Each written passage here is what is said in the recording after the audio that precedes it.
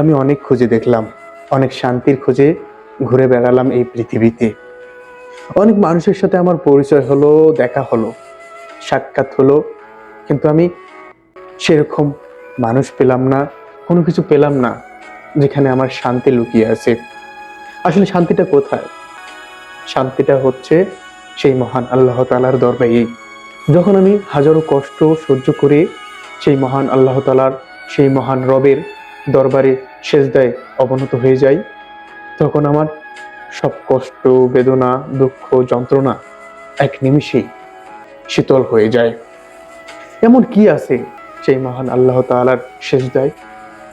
এমন কি মধুর সম্পর্ক আছে ওই কোরআনের সাথে, যেখানে মন দিয়ে পড়লেই হৃদয় ঠান্ডা শীতলিত হয়ে যায়?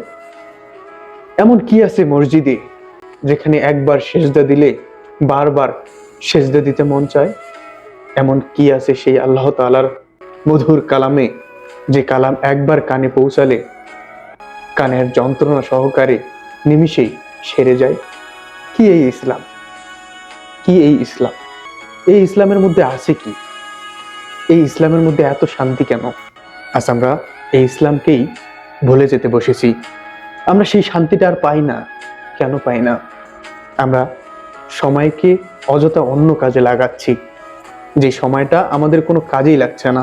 তো ভাইরা, আমরা যেন সব সময় সঠিক সময়টা সঠিক সত্তার পিছনে ব্যয় করি, তাহলে আমাদের ইহকাল এবং পরকাল আনন্দিত হবে।